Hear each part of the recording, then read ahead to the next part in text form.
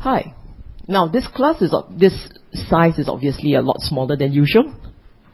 For those of you who know me well enough, you'll be surprised that I pick a topic like this. Actually, I didn't. It was supposed to be your original topic, something like this, and I merely tweaked the title.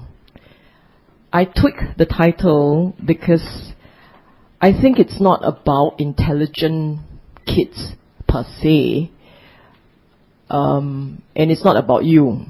It's about what you do and how that affects the child. And if you do it right, your child will thank you. If you do it wrong and really mess up the poor kid's life, then even you won't thank yourself. Okay? Okay, it's a very strange topic for me because I don't even have kids of my own. But I do have, there are kids in the house, and I spend quite a bit of time with one of them at least. And in that sense, I do have some experience playing with kids and helping to raise them. But I don't have my own. So here I am offering you the Buddha's perspective, with a little bit of modern language thrown in. But it's the Buddha's perspective. It's not my perspective. Or actually not true. My perspective goes in there, but the base is the Buddha's teaching. Okay? Now, start point. I think the very first thing that when we want to think about parenting, by the way, the word is parenting, not parent.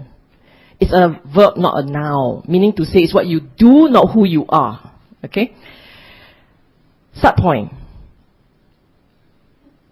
As in anything Dhamma, the very first thing we think about when we think about Dhamma is Samadhi. The correct understanding, the correct perspective, the correct start point. Okay? In Samadhi, how do we apply that to the little ones? The first thing you need to see them as is you don't see them as kids. You see them as little people. What do I mean by little people? Meaning they are smaller version of the big you. And like all humans, like all adults, smaller people, little people also have their lobha, dosa and moha. Like all adults, these little people have nivaranas. What's nivaranas? You have nivaranas, right? Nivaranas are the kind of instincts in all human, that prompt us to make the wrong selection. Kamachanda, our desire for the sensual gratification. All of us have that. Kamachanda. I always ask this question. You don't have it? Then tell me, you prefer to see a pretty thing or an ugly thing? Do you even have that perspective? Would you prefer to sit in a room of nice smelling, it's nice aroma, or a stench? How many say stench? And I'm not talking about durian. Most of us will say, I pick the nice smelling one, right? And who would want to hear a screeching sound as opposed to this soothing voice? Screeching sound, smooth, soothing voice. You don't put out your hand, I also know which one you choose. No, the point is, Chanda means desire.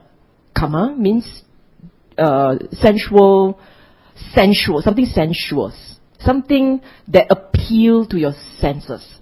So Kama Chanda is present in all of us. It's one of the nivaranas. The second one is Vyapada, ill will. All of us have it. How many of you would raise your hand before the Buddha? Over the last 1 week, I never lost my temper once.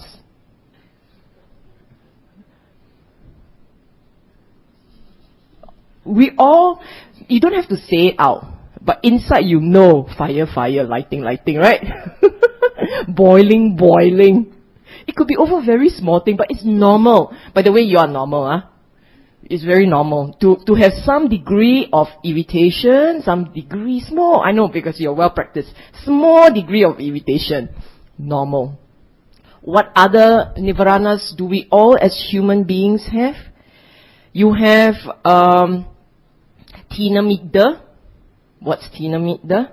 Typically it's translated as sloth and torpor, meaning to say energy low. Some of you already energy low today. It's so obvious from the way you kind of can't hold yourself up. That's what happened. When you have sloth and torpor, when you have Tinamigda, you don't feel like doing anything. Yes? No? Correct, right? We all do have that. Or you can have the other extreme, Udacha Kukucha. Udacha Kukucha is very high energy. One is restless, the other one is worry. Udacha's restless, Kukucha is worry. But basically, it's the two extreme of energy. Very low, very high. Very high, cannot be harnessed. Very low, nothing to harness. You see the difference? If it's too high, it keeps spinning the table, you can't sit still. You keep wanting to get up and bounce around when you're worried, right? Do you see your own mind when you're worried? It's a bad experience because you keep going like this. And of course, finally, it's your lack of wisdom. There's no wisdom in us. So, when it comes to nivaranas, you tell me, how different are you from the little one? Small size and big size only, ma? The little one has the same thing. They also have restlessness, they also have worries. You'll be surprised how worried they can be. They have worries, they have low energy. When you low energy, you say, don't disturb me. When the young ones have low energy, you say, what's wrong with you? You see what I'm saying? Which is why it's so important for you to start from the premise that they are little people. They have exactly the same instincts and the same kind of experiences that you have. So when you are upset, what do? You sulk, you scold, you go out for a run. Those are the better ones. And the really good ones go sit and meditate. The young ones, what do? They scold, they sulk. They can't go out for a run because you won't let them go. If they're very young, you say, cannot go out anywhere. You sit there, you stay in the corner, sit in the corner. You see what I'm saying? So a lot of us actually forget that they are little people. That they have exactly the same kind of experiences, the same kind of instincts. The Buddha said, based on 3 basic instincts, sometimes he says 4, sometimes he says 3. But it doesn't matter, I put all 4 together. He says, based on these 4 basic instincts, you will choose, or you may choose. You may make the wrong choices. And what are these 4 instincts? Loba, dosa, moha, bahaya. Loba, you know, greed. Dosa, you know, anger. Moha is a problem. The translation is folly, delusion. I don't have an English word for it. Usually I try to explain what moha means. And then you will understand, I hope. How many of you, do me a favor, just engage me here, okay? So I say something, and then if you have a view, you raise your finger. No need a hand, just finger will do. Okay? How many of you would say that today, based on who you are today, you will say that education is a good thing, and education actually is important and it helps you in your career? Okay. How many of you would say that if you have this knowledge as you had, if you were to have this when you were younger, you would work harder? The rest of you don't care. Or you arrived Nibbana already. It's okay. Most of us would very quietly do this, huh? Right? Okay? A lot of us just quietly do this. Now, how many of you would also say that based on all the little kids you know today, none of them actually understand the significance of education? Okay, today you know, then you don't know. Now they don't know, later they know. The part where they know, no more moha. The part where you don't know, you have moha. You understand what I'm saying? Meaning to say, today, with regards to education and the importance to life and career, you have knowledge and wisdom now. When you were younger, you didn't have it. When you didn't have it, it's called moha. Now, with regards to education, to significance of life and importance to career, today you have no more moha. You understand? So that's moha.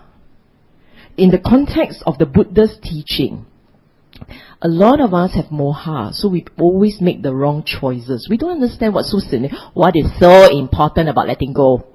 I mean, really, they talk about letting go all the time. What is so important? No moha. That's why you're asking that question. The moment you have moha, you don't ask that question. You'll be saying, how come people don't know how to let go, huh? You see the difference? It's the same thing, lah. Today you know how to say, you don't understand education, the importance, no wisdom. Same. So children, little ones, they have moha. More than you. Should be more than you. If they have less than you have a problem.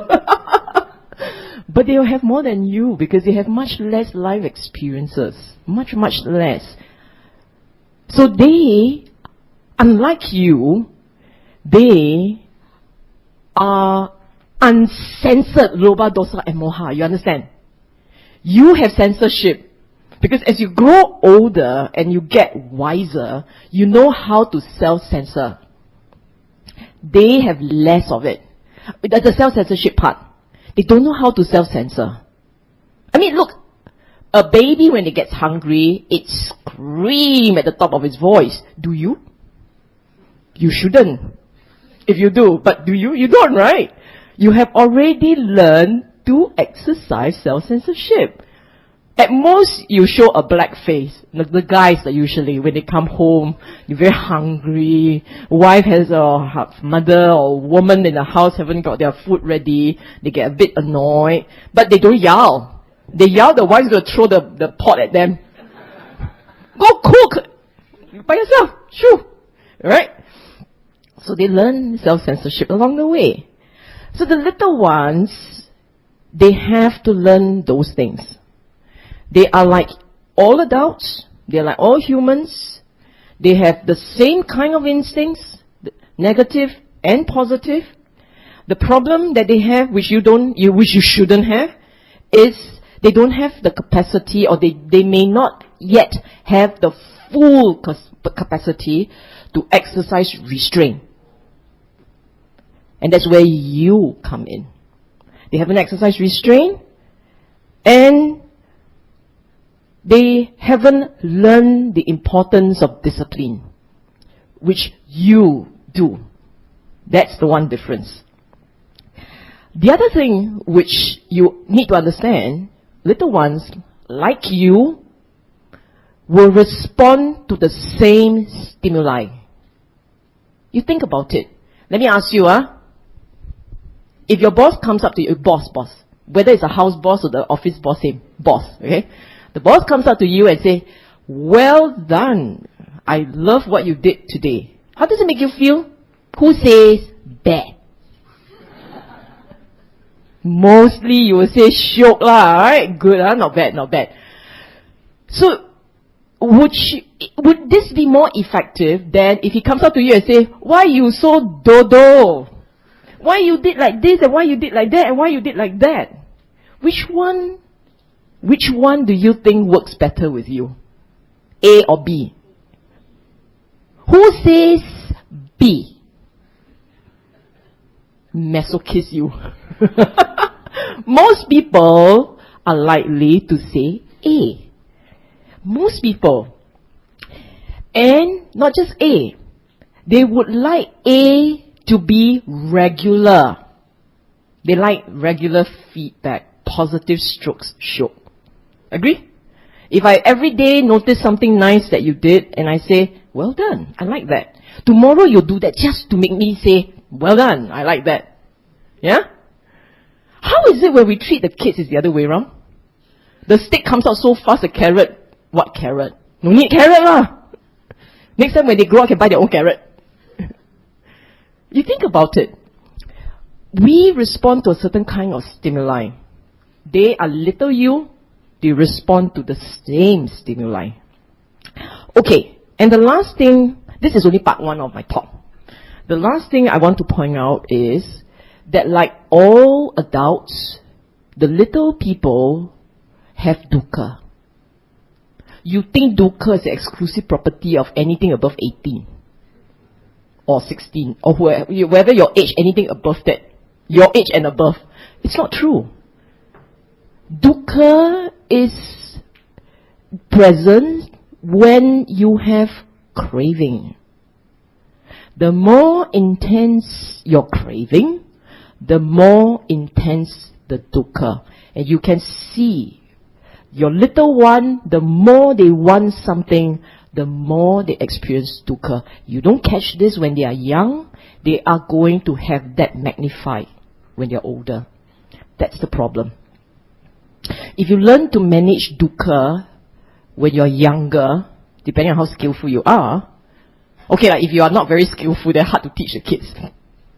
But depending on who you are and what you are, if you're very skillful yourself in managing the cravings in your life, moderate that, then you are able to share the skill with your little one, and they will be happier people. You understand? The law of the noble truths, the law of the Dhamma applies equally and the same to everybody. So if you feel and you see it working for you when you manage your expectations and you are happier for it, then likewise, if you teach your child to manage his craving, he'll be happier for it. If you do the wonderful thing that most parents do today, hey, write more lah, do more lah, study harder, get more grades. Why your marks so low lah? When you do something like this, then the little one is going to be more dukkha. I think I have one vote already. Okay. Now, the second point which I want to make, and this thing comes from Sigalowada Sutta. For those of you who have read Sigalowada Sutta, you'll be wondering which part, did they say modern parenting? In Sigalowada, are you familiar with Sigalowada Sutta? I think one of the speakers is going to talk about that, right? No? Yes? Okay. I thought I saw somewhere that one of the speakers will be talking about Sigalowada, but it doesn't matter. I will just give you a very quick summary. Sigalowada Sutta is known as the layman sutta because it was delivered by the Buddha to a lay person, and it's entirely for a lay person. It's not about practice, not spiritual practice per se, but it is about helping this individual to have a happier lay life. It's a cute little, it's not a little, it's a long sutta. But it's a cute, long sutta. And if you are reading it very superficially, you will get bored. It's like a series of do's and don'ts. But let me give you a new spin to it, and maybe you will like it better. Now, in Sigalowada Sutta, and this is the point I'm going to make about parenting. Parenting, you must remember, is for your child, not for you. It is about helping the kid. It is not about helping to fulfill your dream.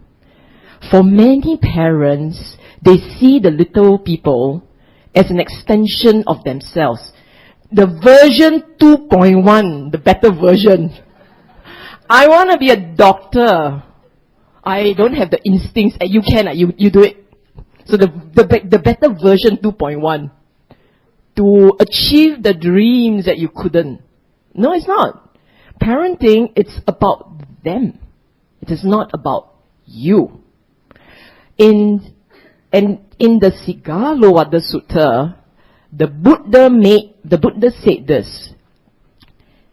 parents, out of compassion for their children, will do the following things. The phrase the Buddha used was out of compassion. When you are doing something out of compassion, you're doing it for you, or you're doing it for the person that you were serving? Think about it. So the Buddha tells you that as a parent, the way, the attitude, your start point, your attitude has to be for them. Out of compassion. For them. Not for you. You see that? The second thing, also from Sigalowada Sutta, if you're familiar with it, the sutta has 3 parts. The first part of the sutta, the second part no need to talk about today. Next time we talk about friends, I'll talk about the second part. Today we take the first part and the third part. The first part talks about precepts, observing precepts. And you'll be wondering, why a layman sutta talking about relationship will talk about precepts? Because in any relationship, if you want it to work, you have to approach that relationship with honesty and with some ethical principles on your part. You can't go walk into a relationship expecting to jia ka liao. Agree? Sure, the Buddhist audience will say yes. Cannot jia ka liao. Agree? So, when we talk about ethics, doing the right thing, avoiding the wrong thing, when we talk about ethics, what are we talking about? We are saying we shall exercise moral restraints on our negative instincts. Right? Ethics is about exercising restraint on your negative instincts. What are your negative instincts? Lobha, dosa, moha. Bhaya. Bhaya means fear. So, when you observe ethics, it is your way of telling yourself that I want my instincts, the negative ones, to be controlled, and I want to develop the positive ones.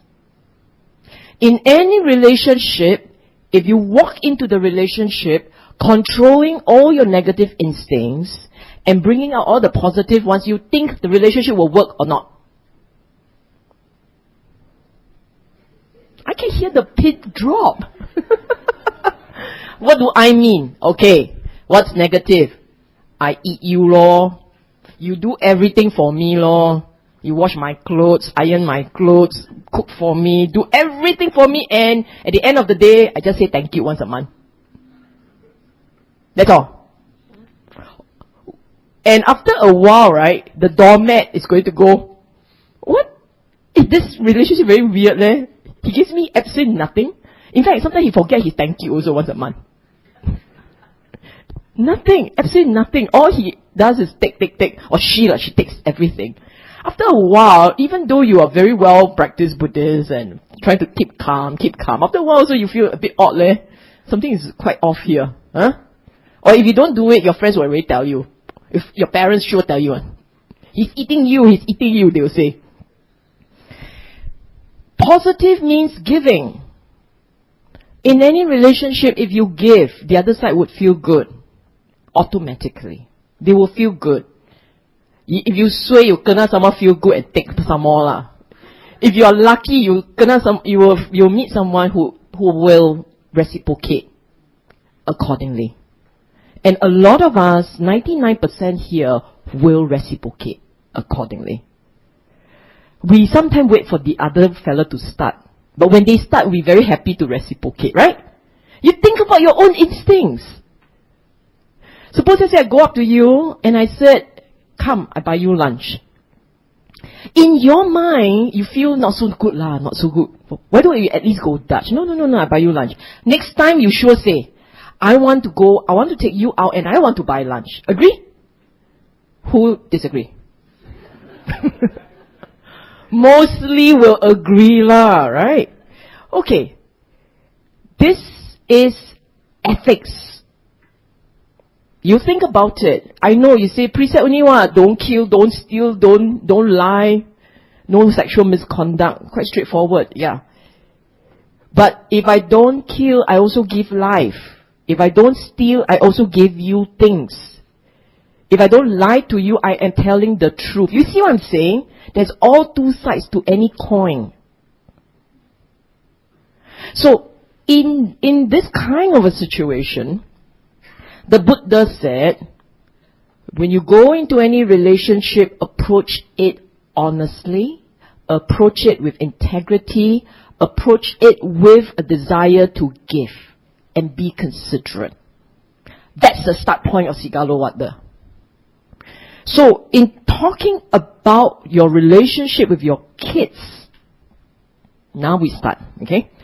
Buddha identified 5 areas for the parents to show compassion to the child. The first one, he said, restrain them from evil. And the second one said, encourage them to do good. The reason why I started this talk emphasizing that you must observe morality is because of this. How in the world are you going to tell your kids, cannot lie? And next minute, she or he hears you telling your friend over the phone, hey, I can't come because I'm very busy. I got to go to work. The kid is there listening. Mommy lied. Daddy bluffed. Then he said cannot lie. How come The hypocrisy of adult kid, learn it because next time you'll practice the same thing. The Buddha is brilliant, isn't it? He tells you, first observe your moral principles. So that, the part that he never say, the part that he never said is, so that when you try to teach someone morality, you got gravitas lah. You got some standing to teach. You understand? If not, don't lie. Then next minute, all the lies come flying out of your mouth. You don't even realize it because in your mind, no, it's white lie. Harms nobody, you said. The kid also say, what? I tell you I did my homework, harm people meh? Don't have what? Got harm you meh? Don't have. I in fact saved myself the trouble. You children, look, you can come up with these things, right? You can wiggle your way out of any legal loophole. You think the little ones can't? They're the same as us, remember? Just smaller version. If you are smart, he's smarter, by the way. Yeah, because he had better food than you. There was an estimation done, I watched this kind of cute little program. There was an estimation done that in the last 100 years, IQ went up by 20%. The general IQ went up by 20%. And the reason is, or rather the reasons postulated were, 1, better nutrition. Last time when you were young, you ate, I don't know what you ate, but we all, the older ones amongst us, we probably didn't eat so well. I mean, we don't eat, sashimi, right? When we were younger, we got sashimi. You're very lucky you got ikan bilis. Right? But the younger ones today, what do they eat? Cod fish, salmon. Our time, salmon is probably some medicine on the shop somewhere that the doctor prescribed because you need it. Agree? So nutrition has gone better. Secondly, you motivate them more, right? You stimulate the little ones, you teach them to play, you buy intelligent thinking gifts for them, right? In our days, you just go out, pick a stone and throw. Chapit, very cheap. Huh? Hop, hop, hop, jump, jump, jump, very happy. Today they don't jump there, they jump in the gym. This is very different world. So naturally, the kids are getting smarter. Now, back to our original point, restrain them from evil, encourage them to do good. I want you to observe these 2 points which the Buddha said. The simple explanation, teach morality. But the more complex one, you observe the way he said, restrain them from doing evil, encourage them to do good. Our problem is, we restrain them from doing evil, which we don't practice, and we don't encourage them to do good. Do we encourage our kids to do good? We sometimes say in a very offhand way, hey, you don't steal, ah? That's not encouraging. Encouraging is, you should be honest. Here, you get rewarded for being honest. Encourage is positive stroke. Discourage is negative smack. You understand? There is a difference.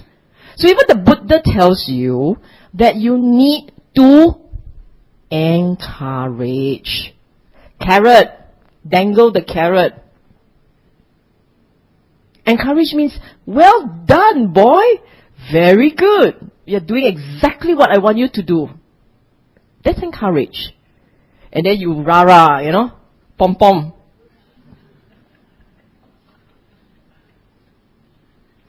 I really must write better. I can't read my own writing. Okay, got it. Okay, let me share a little modern science with you. This is the reason why I watch all this kind of cute little program.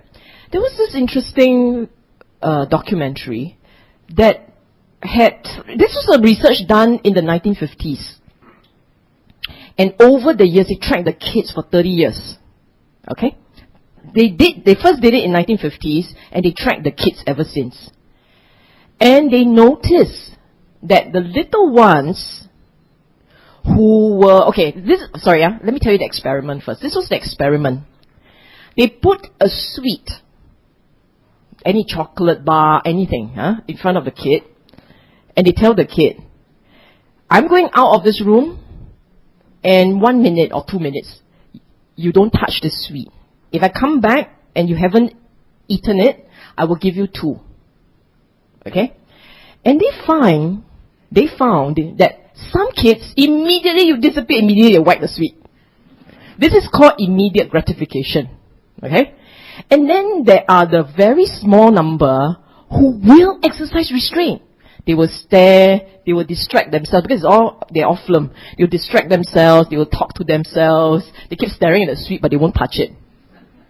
This is called delayed gratification. And they come back, they get 2 sweets. All of them get rewarded, okay? Then they followed these little ones through the years. And they discovered that most of the ones who went for immediate gratification do worse than the ones who could exercise restraint and who is prepared to go for delayed gratification. Now you think about this for yourself. What does this tell you? Some kids have control. Instinctively. They have discipline. They want it, they will do it. Surely, psychologically, these are the ones who are the fighters and the winners, right? And these are all little instincts, The little ones' instincts is unique to them. So, as parents, this principle about restraining them from doing bad and encouraging them to do good is a little bit more than just about morality. It's actually to help your child pick up discipline and learn to exercise self-censorship from a young age. This will be a critical factor to successful adults. So, to summarize, just for this point, there are other points. Just to summarize on this point, you need to lead by example, number 1. Number 2, you need to teach them how to exercise restraint. And you must do it with positive strokes also. Balance it. Cannot be all negative. there has to be positive strokes. So when they exercise restraint, you reward them. When they break it, meaning to say they lie, you don't smack. I don't believe in smacking. If they lie, you will tell them, this is something which I don't accept, I don't agree with, I want you to be honest. There is a reason for being honest, a good one. And when they are honest, you reward them. You understand what I'm saying? And this is just one part of the Buddha's teaching. The next part, point 3. The Buddha said, train them for a profession. Then that's when you all go, yeah, education. No, the Buddha said, train them for a profession.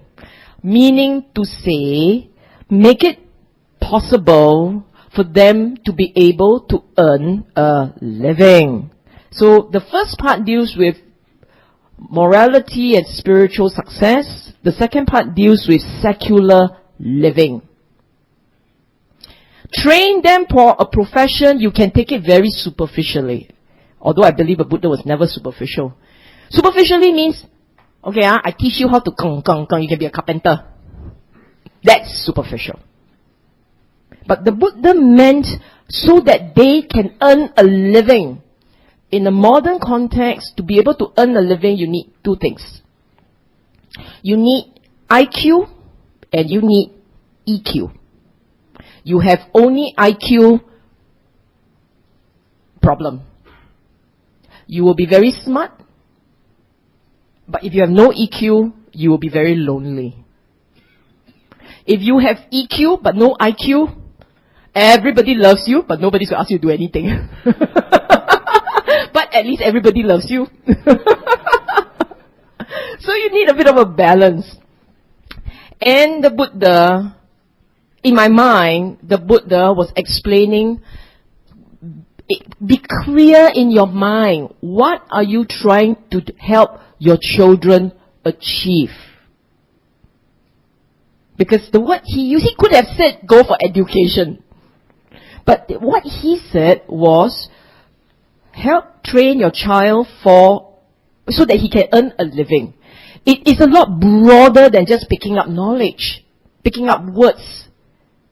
A lot of us, probably a lot of us in this room, may be throughout our school lives, we learn something, but we don't apply it in our job. So what's significant about things? It's about learning. It's about training the mind how to think. It's about knowing how to use that brain. Exposing the brain to learning. That's the IQ part. And that's the part you need to help your children with. You will kill your child's interest in education and learning if all the time you are only talking about assessment paper. Have you finished your next assessment paper? They will be very bored with you. Whereas learning is all the time and everywhere. So when you go out and the child, this is the surest way to kill a child's interest in learning. The child goes up to you and say, Mommy, why are the clouds blue? And you go, I don't know. Ask your daddy. Little children don't ask so many questions. I also don't know lah. What is the message that is being told to the kid? Mommy doesn't like to be bothered. If your child is quite literal, younger, they will think like that. A little bit older is, you're also not interested in asking questions. So asking questions is a waste of time lah. They're all picking up all these messages, you know. Whereas, how should you have done it? You should say, that's a good question. I've never really thought of it. Let's find out the answer together. That one guaranteed. You score Parent of the Year award. Nobel Peace Prize.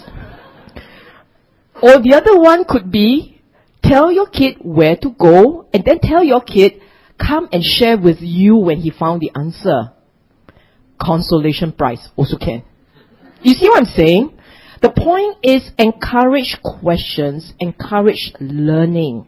encourage a desire to know, that curiosity and the willingness to know will take your child very far in life. That's how you train for IQ. Training for IQ is not doing IQ tests. Training for IQ is encouraging the child to think and be creative. And you will not help him to think and be creative by telling him he's wasting your time, because you're really so busy doing important adult stuff, like mopping the floor. See what I'm saying? EQ. Some may say EQ can't be trained. I disagree. You may not be able to make someone who is a dud in EQ, meaning very bad at it, to become the paragon of EQism, meaning he's so good at it, he is the walking example, embodiment of EQ. You can't, because he low base, ma. If the fellow is very low base, you can teach him simple things that will make him able to interact with people more effectively. Number one, you teach him how to listen. But if you're bad at it, get someone else who's better at it to teach you. Listening is an extremely important component of EQism. Listening, not talking. Talking, everybody can talk. You just have to let go, only your mouth start moving, the sounds come out. That's talking. But having a conversation and have someone walking away and say, this fella, I really enjoy talking to him because he's good. It's when he thinks you were listening. Every time you give someone the impression that you find him very interesting, that you really want to hear what he has to say, they love you. They will go away saying, you are a good listener, a very good person to talk to. That means you got to teach your child to listen well. I forgot the 4-letter word. Well. I tell you why. He can listen and nothing gets in. Right? I mean, we know our kid going, then when they're done, that's it. They don't hear what you're saying. Or they can listen and everything gets in. How do you make sure they got in? You ask him to repeat to you what you just said. Yeah, seriously. Training. You heard what Mama said, right? Okay, now you tell me what I just said. If he repeats word for word, you got an EQ genius there already. A very smart boy or girl. And then what do? Positive stroke and reward. Reward with a tofu. You train the child right, he will enjoy tofu. Okay. I want to also share with you this. Oh, I'm running out of time. I just want to share this observation. You know, there is such a thing called the killer genes. As in, really, there are certain, we are made out of genes, right? There are certain genes, if you have it, you have a higher chance of becoming a serial killer. I'm not joking. I joke a lot, but this is not joking. This is not the part where I joke. I was watching this very interesting documentary. There was this guy whose job, he's a scientist, okay? He's a scientist. He's a geno something or other. He basically studies the genes. And then he managed to isolate a few genes that he said, anyone who is a psychopath will have the genes like that. And it means their brain pattern is a little different from the rest of the world. Now this guy is in his 60s. And in the course of his study, he realized that, oh no, he has exactly the same genes, and his brain waves, when he did the CT scan, his brain pattern is the same as a serial killer. But he's in his 60s and never killed anyone in his life. Ever. So the conclusion that they had, he was working with a group of people, the conclusion that they had is, part of the reason why he never went wrong, He never become the Ted Bundy of the modern world. And this guy is brilliant. He's a scientist. You would never find the body if he were to start killing. Maybe that's why he was never caught. But anyhow, the point is, they concluded that he never went wrong because he had the happiest childhood ever. Loving parents, supportive family, he had the education, he was grounded in strict moral upbringing. And so that was how he related in life. Remember what the Buddha talked about from light people? There are 4 types of people. You can go from light to light, light to dark, dark to dark, and dark to light. The 4 types. This is a guy who was born with the capacity to go really wrong. But he instead spent his life understanding human and teaching others how to understand people like himself. Seeing the world in a very dark way, but he's helping others to understand that. So in the same way, the best thing that you can do for your children is to teach them how to be good adults. So the morality part comes in. And then to equip them with the skills that they need to be able to stand tall in community, which I just shared with you. Teaching them how to learn, teaching them how to enjoy learning, teaching them how to relate to people with understanding, by listening, with consideration. Your kids can't go wrong if they have these qualities. And there's only 3 parts to a 5-part series. The next 2 parts I have to go very quickly because I've only got 15 minutes left. Buddha said, don't laugh, huh? Buddha said, arrange a suitable marriage. And immediately the modern parents say, how? The kids are never ever going to listen. Let's apply this to our life. You know what it means? If you apply this in a modern context, it's not literal, it's figurative. To be able to arrange a suitable marriage, you need to understand your child. So then you know what will be suitable for him. Suitable is not you, suitable for you. It's suitable for him or her. Hello. Not, if it's a guy, I want him to earn what, 5-figure salary. 5 is not good, right? 6-figure salary a year. A month, better still.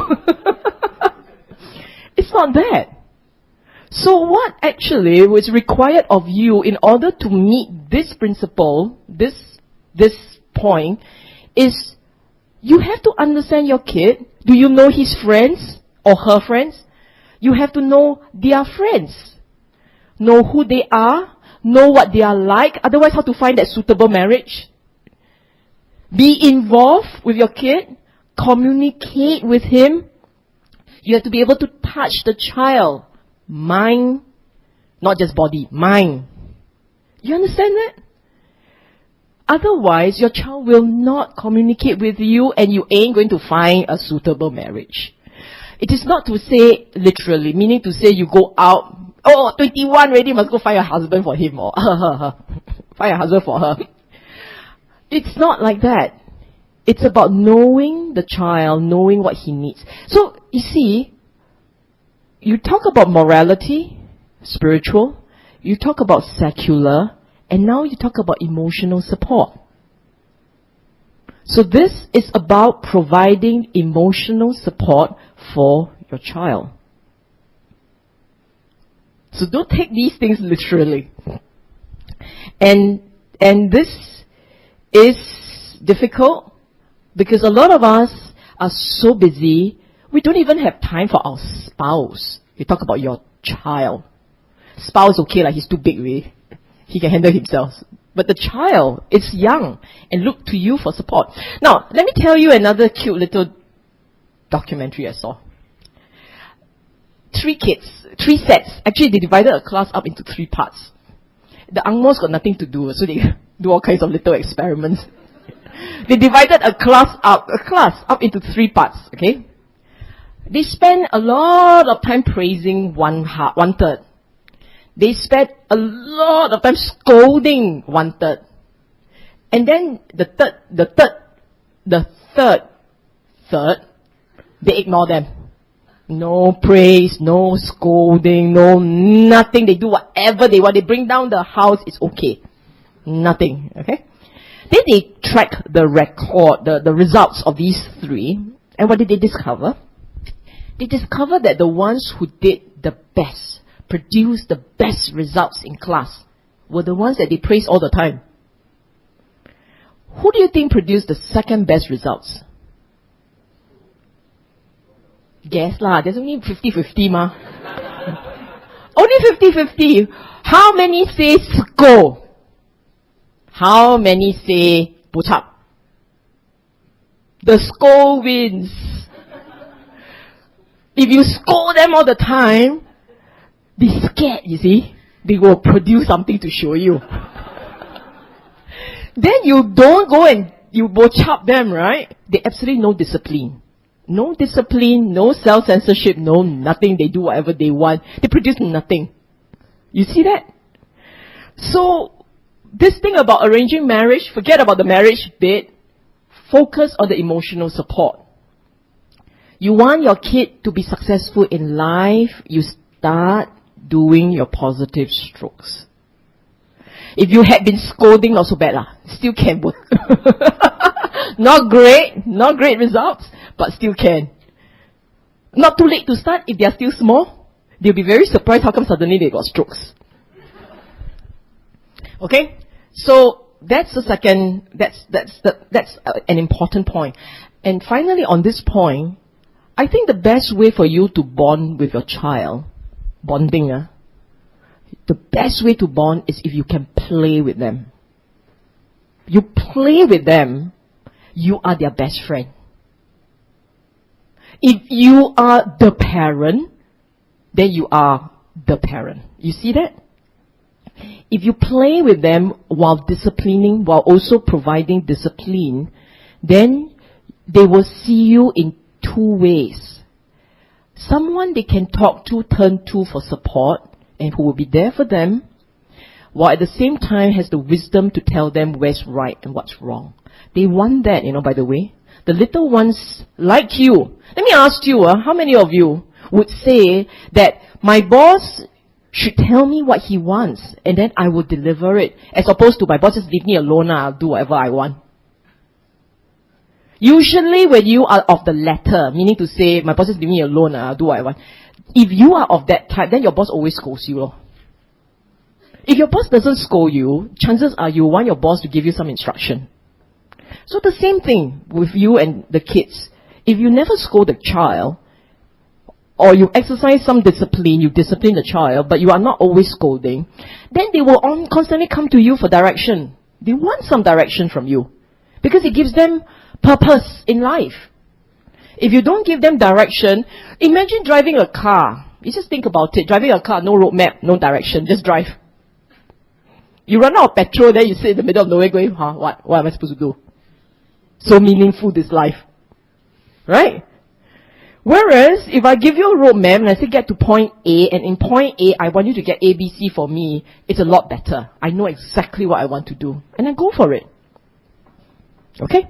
The last point, it says, at the proper time, Buddha said, at the proper time, hand over their inheritance to them.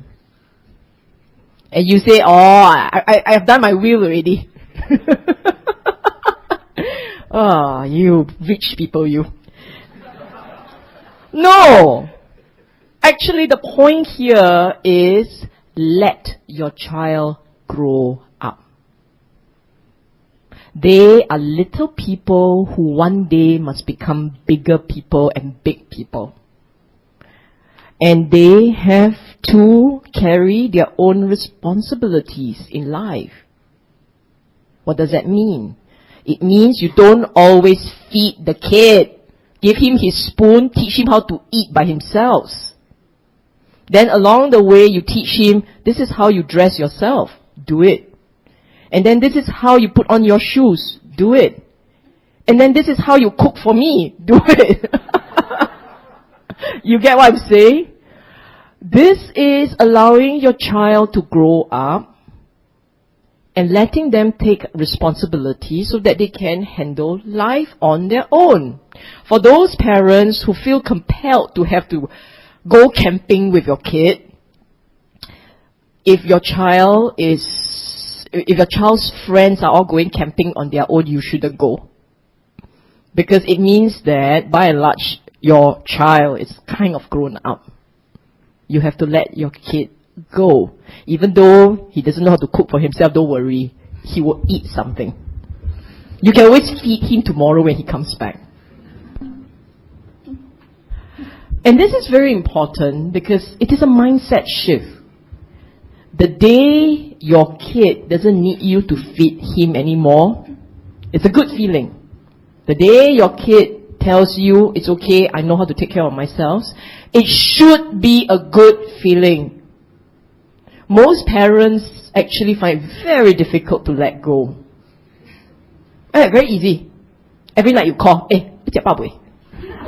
sure sign of problem. Not the child has a problem, the parent has a problem. He know how to go and look for his own food lah. You see, all the little ones are laughing. Okay, not little ones anymore. The bigger little ones are laughing, and the old ones are looking quite alarmed. Older ones are looking very alarmed. Yeah. It's normal. It's normal. And it's normal to want to hold on to the kid, because in your mind, you were still changing his diapers, remember? But they're big enough. So that was the Buddha's teaching, given a little bit of a modern touch. And we have, 10 minutes for question. Okay, thank you, Sister Beth, for the interesting sharing. Shall we show 3 sadhu to her? Sadhu, sadhu. Okay, now open question and Q&A section. Any question?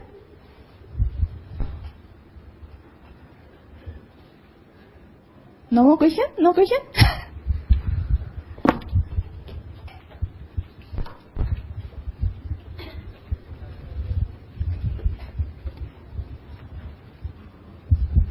Thank you for the interesting talk. I always enjoy your talk. Okay, my question may not be totally relevant to this particular talk. I'm going to ask about Psy, Gangnam Style. You see, the last time I saw it was 850 hits on the YouTube. I think that was 2 weeks ago. Probably by now it probably hit a billion hits on the YouTube. So this is a kind of a magnetism.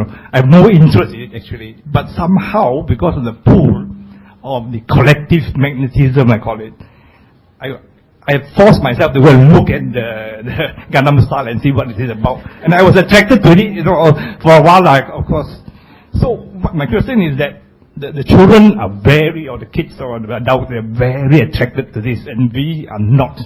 And you probably see that Gangnam Style every time in the house and all that. So I want to know the human psyche between the parents and the children in this type of psyche. I don't know how to explain it, so I need you to try and explain why this is so. This is exactly what it means by nature and nurture. Nature makes us get drawn to something and get obsessed. That's nature. Nurture will lead the direction. What does it mean? When the child is with you, a lot of the time, you have a powerful influence over the child's likes and dislikes. When the child goes to school, there is now a competing influence. If the child depends more on the family for emotional support, then there's a very high chance that his taste and the family's communal taste will be very similar. But if the child's taste is very dissimilar to the family, the child has picked it up from somewhere else. He had looked elsewhere for his emotional support. You think about it. So if you find yourself completely different from your kid in terms of taste, there is a very high chance that somewhere along the way, the child no longer see you as cool. And you are not her hero. You are not the epitome of good taste. And how did that happen? Because you never practiced the fourth point. You fail to communicate. You fail to share your thoughts. You fail to listen to this kid. The kid went elsewhere for support. You say, no, it's true. I give my child a lot of money. I always take her out or him out to another country for travel. Yeah, but you see, you were on your iPhone and he was on his iPad when you were traveling together. You see what I'm saying? Taste is contagious. Taste is like bacterial infection. It's exactly like bacterial infection. The internet is a wonderful hibernation point or incubation point. Because you check, because you heard about it, and you heard about it because people were talking about it, and you went in and you didn't like it, but that's because all your friends were not interested in it. But if all your friends were Gangnam styling away, you were also Gangnam style. That's correct pronunciation, right? It's like that. Taste is, you pick up taste from looking at others. We are all the superior copycat. We're all copycats. Only a very few percentage of us, very few. In fact, I would say that in this room, you probably pick up 1 or 2% who will be taste setter. Bad taste or good taste, they will be taste setter. And everyone else will be trend follower. So whoever you mix with, that bunch of fellas, if they do a certain thing, and because you want to belong, you will do a certain thing with them, whether or not you like it. But you look to these guys for emotional support, and they will only permit entry if you look like them. So if your child comes back looking like, very gothic looking, black, twilight thing, you have really lost your kid. Especially when you're in the light and bright colors. Or your child comes back looking like the studious professor with a whole family of radicals. You also got a problem because the child is saying that I'm not going to be like you guys. I don't want to look like you guys. So he goes his own way. What your child is into, if you have no clue and only one day you found out he has a tattoo somewhere, you have a problem. You have really lost the kid.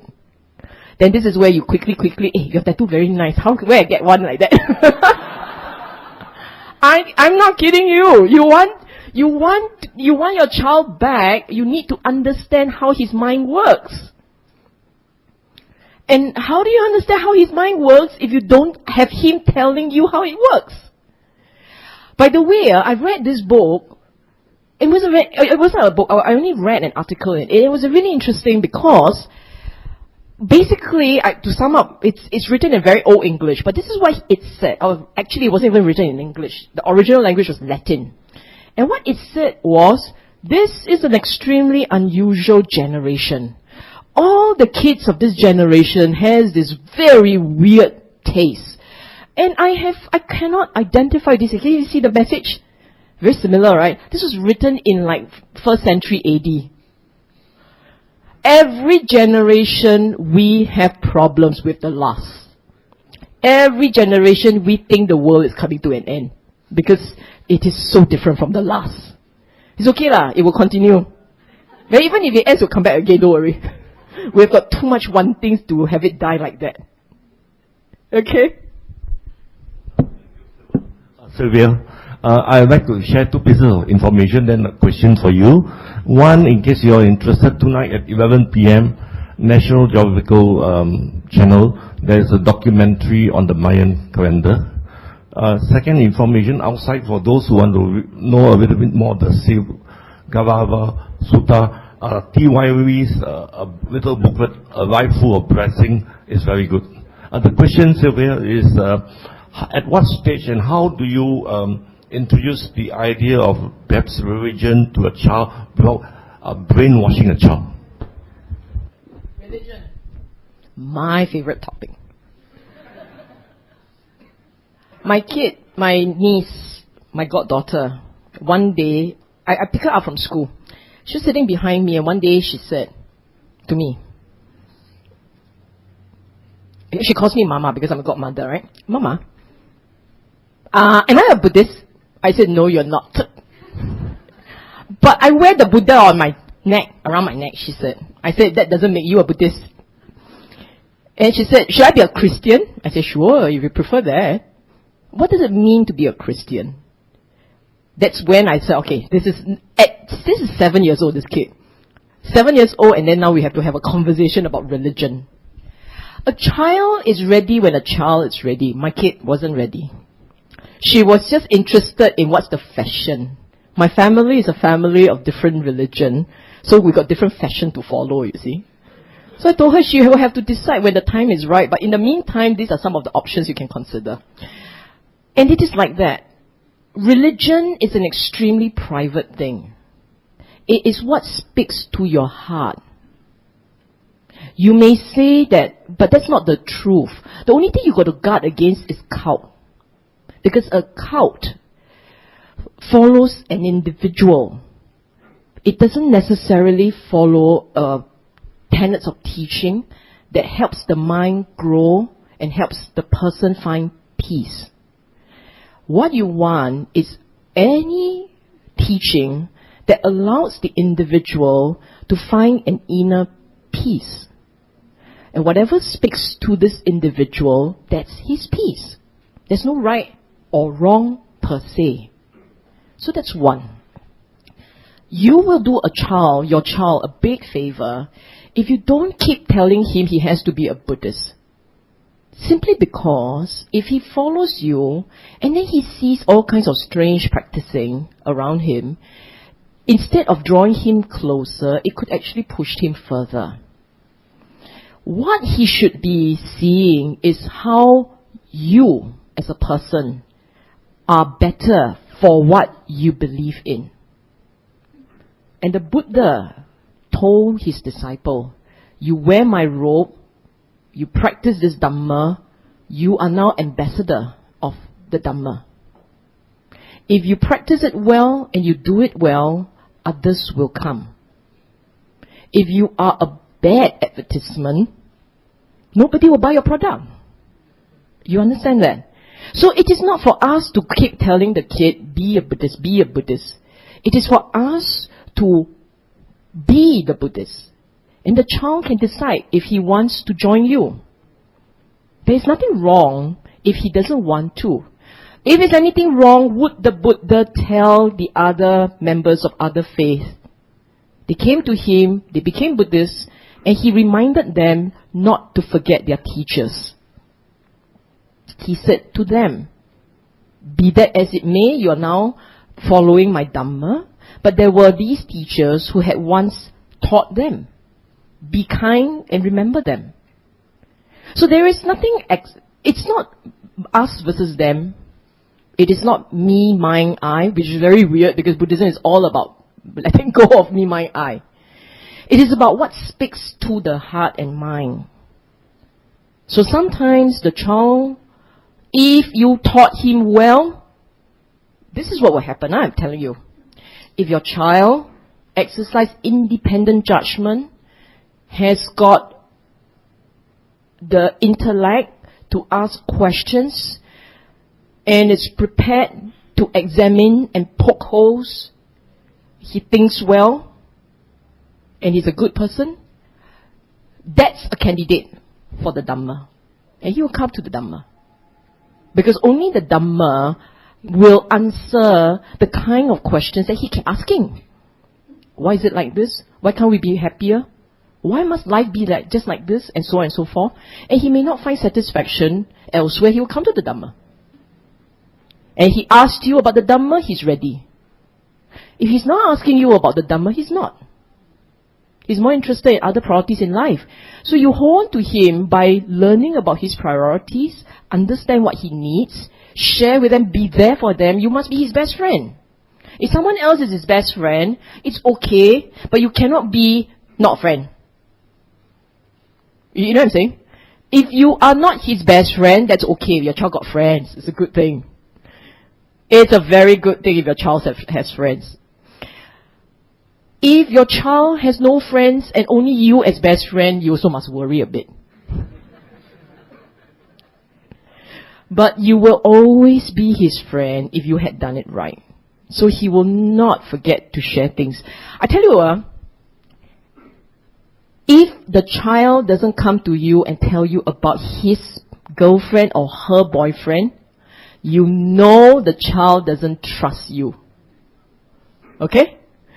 If a child comes up to you and say, I need to talk to you about this, because this is the most important thing in the child's life. More important than his job. Because this is all about someone loving him or her. You ask yourself, isn't it the most important thing for you when you first fell in love? Yes? No lah. Okay, it's too long ago, you don't remember. But honestly, at that point in your life, it was the most important thing for you. And you never told your parents, I know. Why? I don't trust my parents. My parents will make judgment. You won't listen to me. They'll say that you shouldn't go out with him lah. Most parents never thought the other fella is good enough anyway. So as children, you know that. Please don't do that to your kids. With your kids, if you know the fella is really a problem, then you have to find out why. What is it that appealed to her or him? You want that to go away? You have to first be there and then listen. Listen, don't pass judgment. Half the time not good enough for you. Not good enough, he won't tell you anything anymore. So, to answer your question, when is a good time? When the child asks you. In the meantime, what do? In the meantime, you walk the path. And if the child likes the advertisement he's seeing, he will hang around. Always. Hang around. He may not embrace it, but he will hang around. So to give you the punchline for my niece's decision, she decided she's going to be a Buddhist. Because she likes all the Buddha statues she's carrying. I told her I was really happy for her because she likes all those Buddha statues, but it's not doing anything. Okay. Any other question? Today we have to rush off? Yeah. So any other question? If not, maybe before we close our